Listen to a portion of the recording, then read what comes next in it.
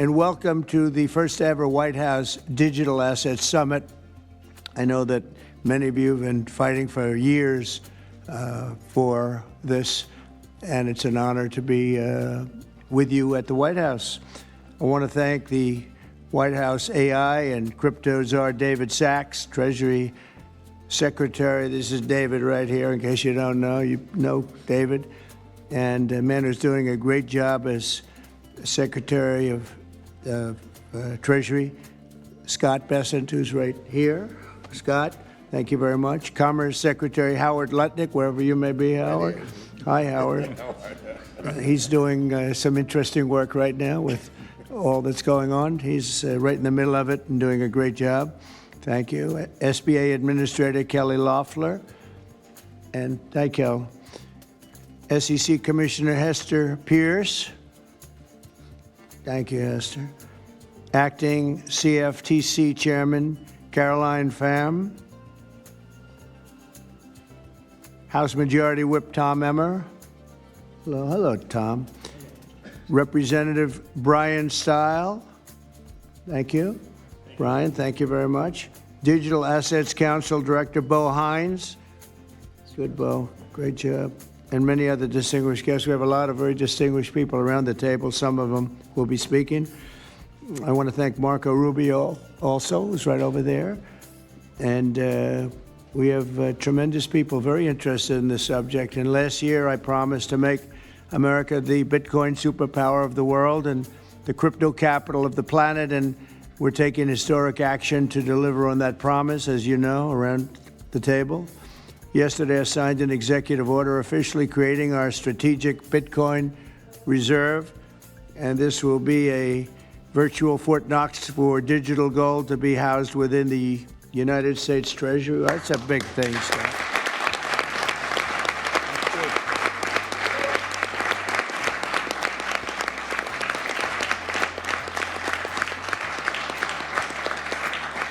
The federal government is already among the largest holders of Bitcoin, as you know, really one of the largest holders in the world, with as many as 200,000 Bitcoin obtained via civil law and various other forms of law, and including enforcement actions.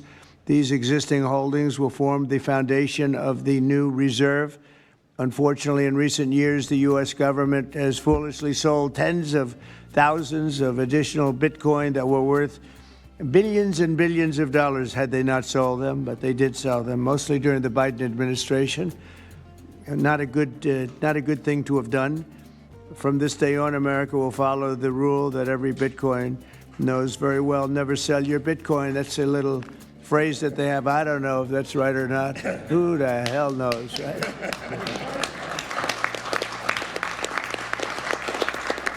Who knows? Who knows? But so far, it's been right. And well, let's keep it that way. The Treasury and Commerce Departments will also explore new pathways to accumulate additional Bitcoin holdings for the reserve, provided it's done at no cost to the taxpayers. We don't want any cost to the taxpayers. In addition, my order directs federal agencies to conduct an inventory of all crypto assets currently held by the U.S. government and determine how they can be transferred easily to the Treasury. Non-Bitcoin digital assets will be held in a new U.S. digital asset stockpile where they will be managed properly. My administration also is working to end the federal bureaucracy's war on crypto, which was really going on pretty wildly during Biden until the election came about. About 5 months before the election, he became a big fan because he heard how many people were in favor of it and how many people love it and respect it. But I guess it didn't work out too well for him. People understood what was going on and paved the way for groundbreaking innovations in institutional finance. Under the Bitcoin administration, regulators strong-armed banks. I mean, they really did. They strong-armed banks into closing the accounts of crypto businesses and entrepreneurs, effectively blocking some money transfers to and from exchanges, and they weaponized government against the entire industry. But I know that feeling also. Maybe better than you do. All of that will soon be over, and we are ending Operation Choke Point 2.0.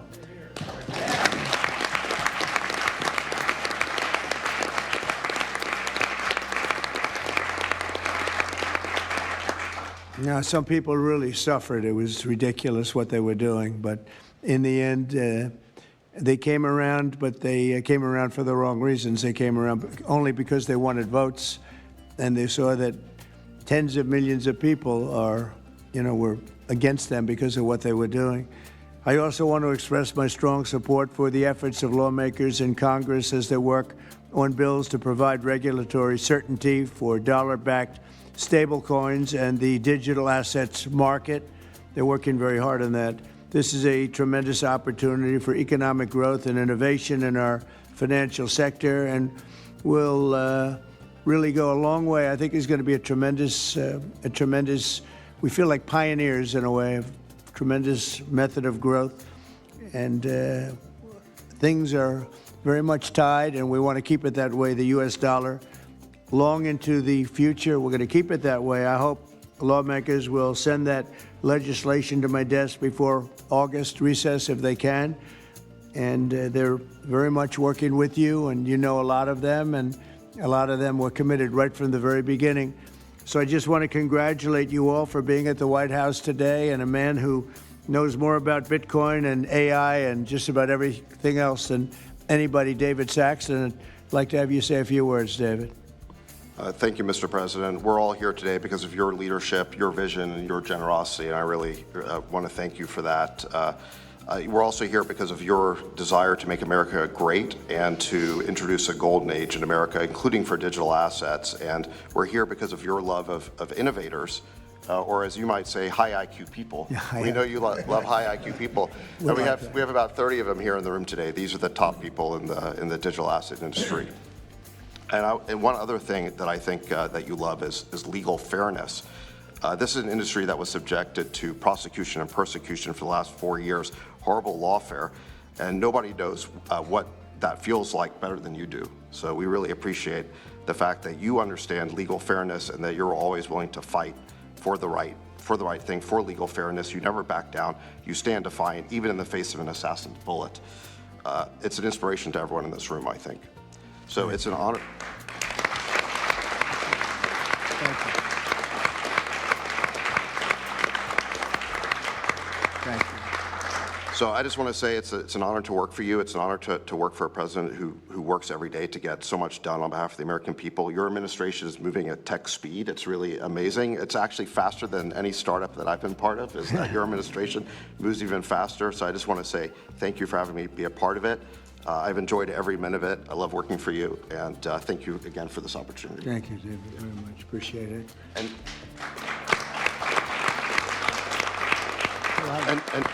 now I just want to pass the ball to Secretary Besson. Scott? David, so today, when President Trump has signed the executive order to establish the strategic Bitcoin reserve and stockpile, we're going to position the United States as a leader among nations in the digital asset strategy. It's important for the United States to recognize this fact and get ahead of the other nations in the digital age. We applaud the President's direction to use the digital assets already in possession of the nation, and we are going to establish this Bitcoin reserve. We will use this authority to augment the asset side of the United States balance sheet.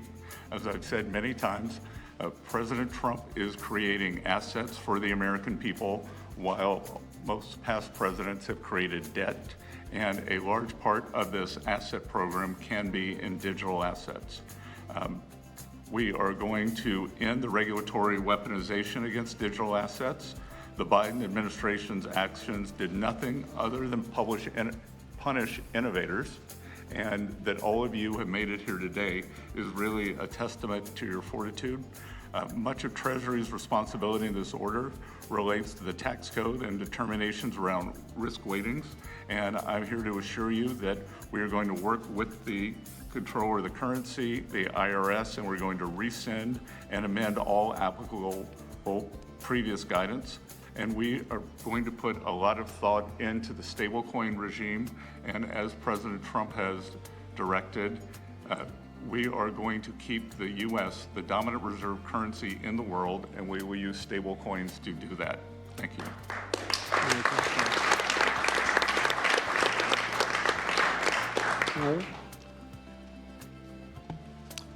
Technology is at the foundation of the Trump presidency. He understands technology, he embraces technology, and he's going to use technology to drive America forward. The blockchain and Bitcoin technology are a key part of that thinking, and embracing that, and here today shows how much a leader the Trump administration and our president is. He understands it, he embraces it. As you said, you're a pioneer in this place, and this is where we're going. We're using the blockchain, we're using Bitcoin, we're going to use digital assets to pound forward, and Donald Trump is leading the way. Can't be more proud of you today. Thank you very much. Thank you, Howard.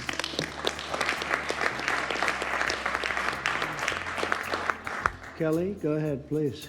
Thank you, Mr. President. This is truly a historic day, and as a crypto founder, I couldn't be more proud to be part of your administration. You're moving at the speed of tech for sure, and I will just say it's a great day to have the war on not just crypto, but the war on innovation done. And under your administration, we are truly going to enter into the golden age. And I'll just say, as the administrator of the SBA, small business is a tremendous network that crypto can be deployed against, and so the SBA is open to crypto. So I look forward to working with all of the leaders in this room to advance your efforts here. Thank you. Thank you, Kelly. Thank you very much. Tom, please.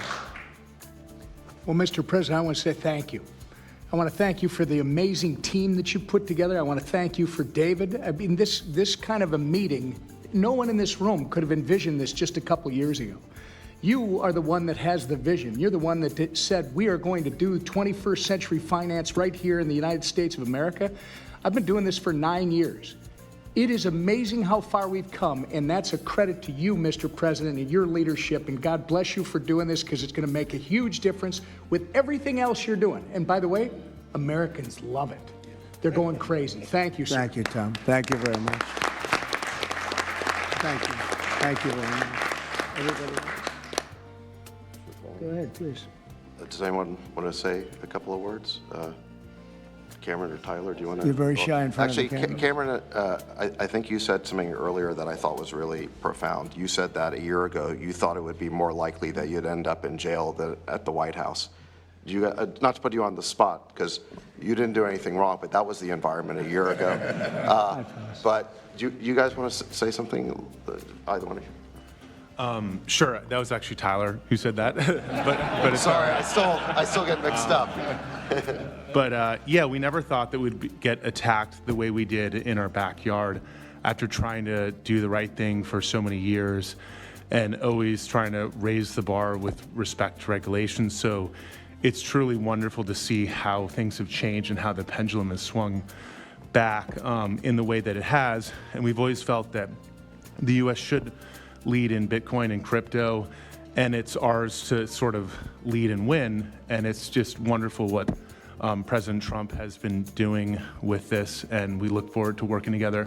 And thanks for inviting us, David, and setting this up. Thank you. Thank you both. Please. I was just going to say thank you, Mr. President. Cameron takes credit for a lot of my things I say, so it's not the first time. But the U.S. won the internet, and the U.S. should win crypto. So thank you for your leadership on this. Thank you both very much.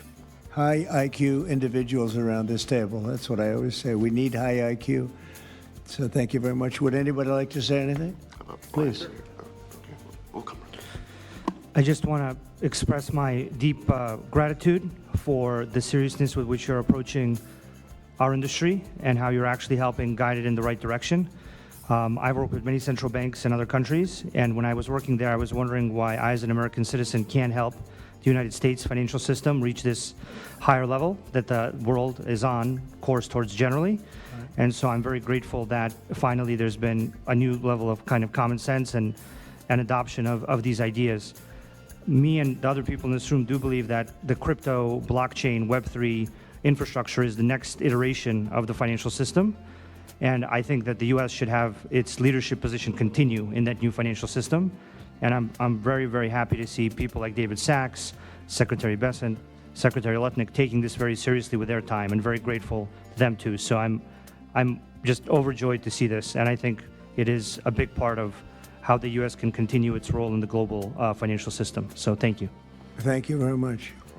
I thought it was very important that we stay in the front of this one. This is a big one. And as you know, China is pushing forward and very strongly as usual. But we're way in the lead, as we are in AI and other things, and we want to stay there. So I thought this was very important, and we have some brilliant people sitting around this table, and it's an honor to have you involved. But we want to stay at the forefront of everything. And this is a very important day in your lives. I know you worked, some of you, very long before people really understood what was happening. And so I congratulate you, but this is a big day. Being in the White House is a big deal, and you have great support. Thank you all very much. Thank you very much. Thank you, please. Thank you very much. Thank you, media. Thank you. Please.